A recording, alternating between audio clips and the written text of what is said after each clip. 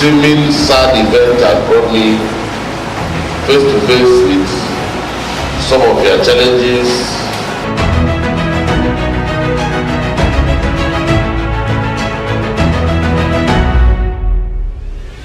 And I am prepared and determined to ensure that under my watch, nobody comes into this environment while they are in school.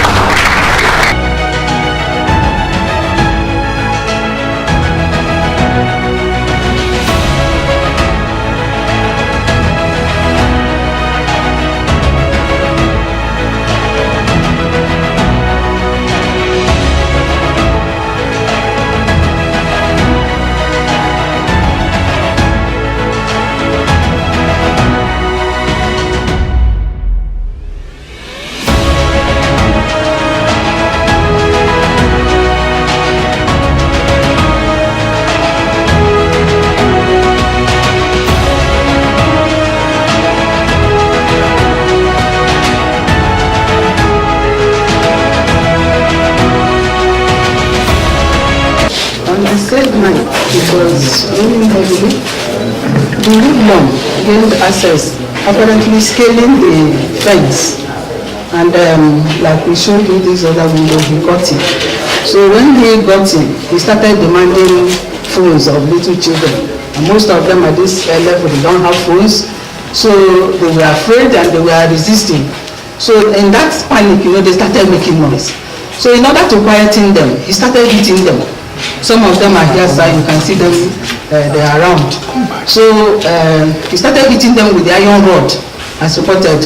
Already he had a very bright torch in hand and he was making sure that he blinded them so that they will not be able to see his face. So as they were making noise, he was hitting them, inflicting injuries on about 10 of them on the head. So when he was overwhelmed by the resistance, he had to flee. Sorry that happened, but we thank God that did not go beyond what you have just explained. We will also assist in taking care of the hospital bills. We're not, so,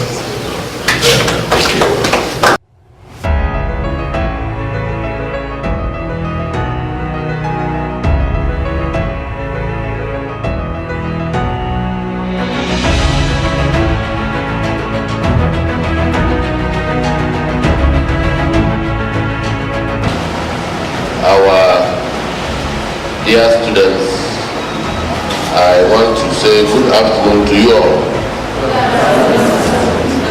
I would have loved to come to see and speak to you on an entirely different platform apart from an occasion like this.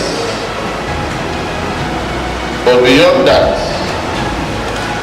I thank God that this seeming sad event has brought me face to face with some of their challenges, and I want to say that I associate myself completely with some of the issues that we face here that may be militating against your quest for higher knowledge.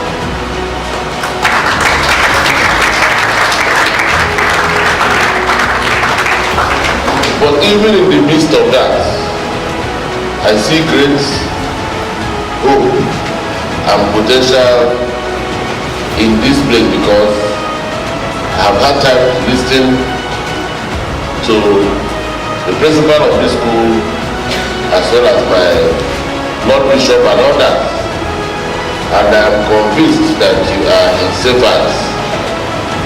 What happened is of the devil, but this is the way of the world today. My duty as your father is to make sure that I protect you and provide for you whatever you need and require to be the best among other children, not only in Abia, the world. And my presence in this place is a tacit endorsement on the fact that I am mindful of my responsibility towards you as my children, and I am prepared and determined to ensure that under my watch, nobody comes into this environment while you are in school.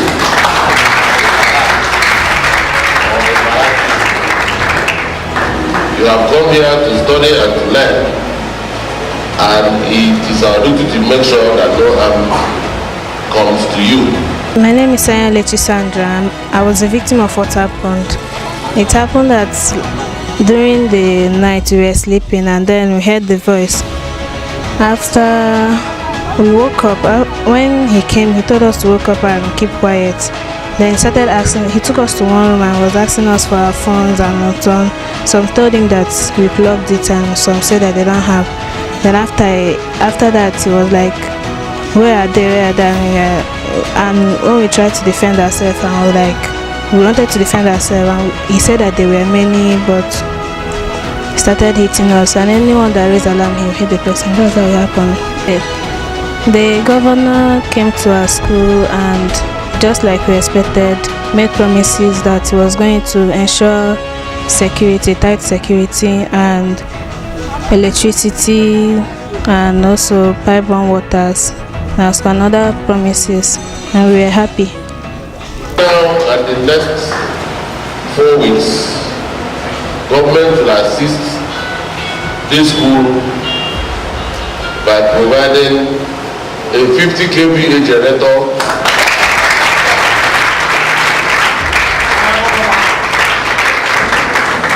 that will pump water and also provide lights.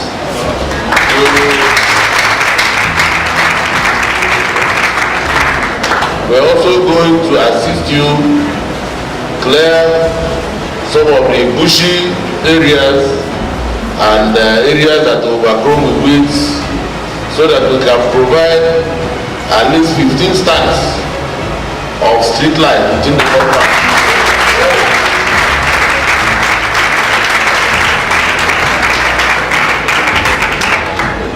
We will also immediately embark on extension of the fence area in the girls' hostel to ensure that their confidences are also within the premises where they rest in the night. We are going to look at the hostel again, provide some ceiling fans, and reinforce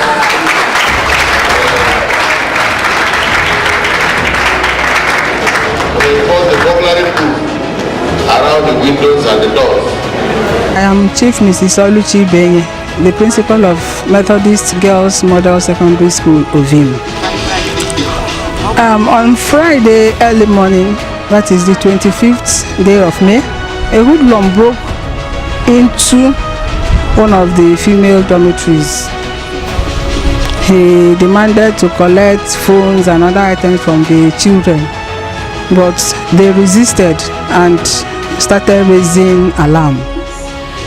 So in order to quieten them, he resorted to physical assault. He used a rod, according to the students, to hit them just to make them keep quiet, and in the process he inflicted injuries on some of the students. But unfortunately, instead of the true story being reported, we heard from the social media that other issues were raised, and we became alarmed. But I want to thank God that because of the stories that were making their rounds, the governor decided to come visit the school and see for himself what happened. And luckily for us now, that ugly incident has brought down the governor, and he has come in person to see our needs, and he has made a lot of promises, of which we are sure that we are coming up very much better than we were before the ugly incidents. Emeka Ikwagu is my name. I'm the founder and the coordinator of Emeka Ikwagu Foundation, Abia State. I'm a native and a son of a soil of this land, Isikwato. Sometimes in the early hours of Thursday of last week, I was on school visitation because my foundation in the last 2 weeks have been paying visits to schools to see how students are doing and see a little way the foundation can encourage and empower them in any little way I could. It was a coincidence that I walked into Ovim school and the Ovim Girls School that early morning of Thursday.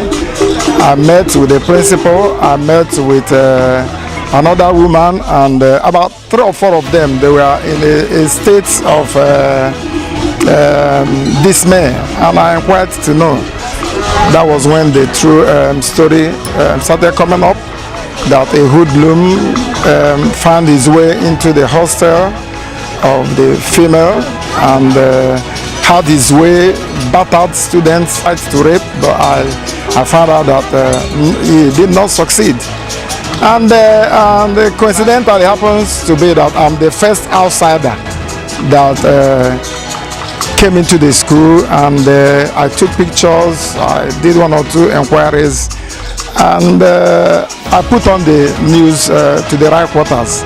And to my greatest surprise, I've never seen such a governor before. Upon his tight schedules, upon how busy his table must have been as a governor, I am surprised that he came today with a wife. He has shown in so many ways that he is a man after the welfare of the citizenry, in particular the students. He came here with a wife, and he has given hope and life to the school. He has promised to lighten the school, because the school, of course, has been in dark. We cannot trust the NEPA supply, and the school doesn't have any generator. He has promised 50 kVA generator. He has promised to install ceiling fans. He has promised to beef up the security network of the school, even within the hostel. And he's saying this, that these things has to be done within 7 days. He's a national governor, and that is why I, as a person and as the founder of Emeke Kwaku Foundation and as a son of the soil of this land, one thing we did in a discussion I had with the principal was to move into an abandoned hostel that is very close to where the Reverend Father is living, and very opposite what they call the staff quarters. And we made to understand that that place is safer, it is closer to where humans are living. To support the governor and all the things he has promised to do, I have started the roof repairs. I have also bought some of the ceilings that were bad, and they've been replaced, and currently going on is the painting work. Saniago Chioma. I'm from Methodist Girls Modern Secondary School. I'm in SS2. On Friday, early morning, nothing really happened. The man came inside our hostel through ladder. So we were sleeping then. Then he woke all of us up. He told us to go into one small room. There is a room we call bus room. So we went there.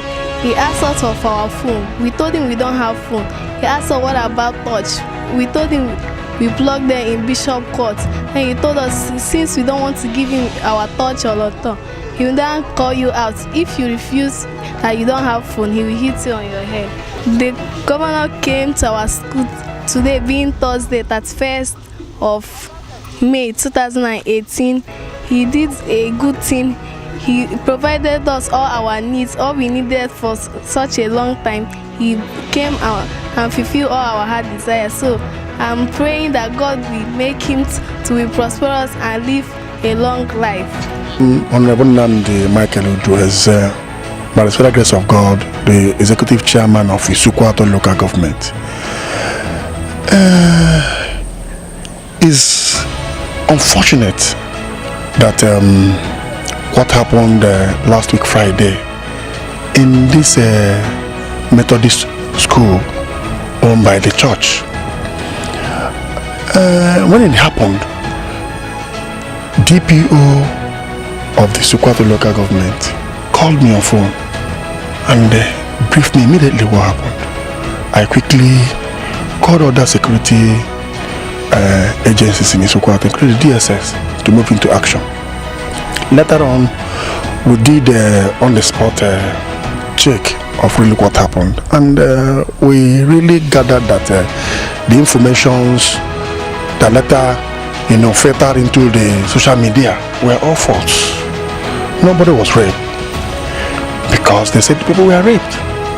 And today, by the special grace of God, our indefectible governor, our governor who loves the Sokoto and Abia in general, knowing fully well that this school is not a government-owned school, but because he's a father to everybody in Abia, he has quickly came at the appropriate time to intervene, and he had rolled out a lot of things he wanted to do for the school, providing electricity, rebuilding the security walls, and also providing 33 kV transformer sets. So it is worth commendable. And also he said he will reticulate the water in the school. So what will I not to say than to say thank you, my governor. Thank you, His Excellency, for coming to our aid in Sokoto. We don't have any other choice than to say whatever good thing that he's looking for come 2019. We're already out to say he must go back there 2019 to complete the good things he's doing for Ndabia. Thank you and God bless you. He's a pragmatic governor. He's a wonderful governor. He has shown that he's a father. There's people that you call upon, they might not come even within a long space of time, but in a short distant time, he was able to come in person, to come and show solidarity and give succor. I mean, the students today, those girls, they were so happy that they have a father, they have a listening governor. And that's what everybody is saying, that if to whom much is given, much is expected. Our governor haven't done this. These people of his quarter, one nuku, we call our people our one nuku. We are saying emphatically that governor is going back because he's doing so well, showing all that love. He has shown that he's a good governor and he wants to re-elect him come 2019. I mean, there's no vacancy in the government house of Abia State. I'd like to say thank you to the governor for his presence in our school today. We have been hoping for him to come, but we are glad and happy that he came to our school today, and we are happy of what he promised to do to our school, and as he's going to do it, may the Lord bless him. I say I'm very, very elated.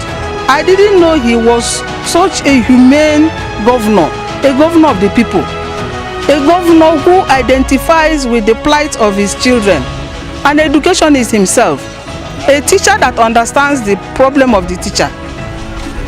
That was why he came, and not that he came alone, he came in the company of his dear wife.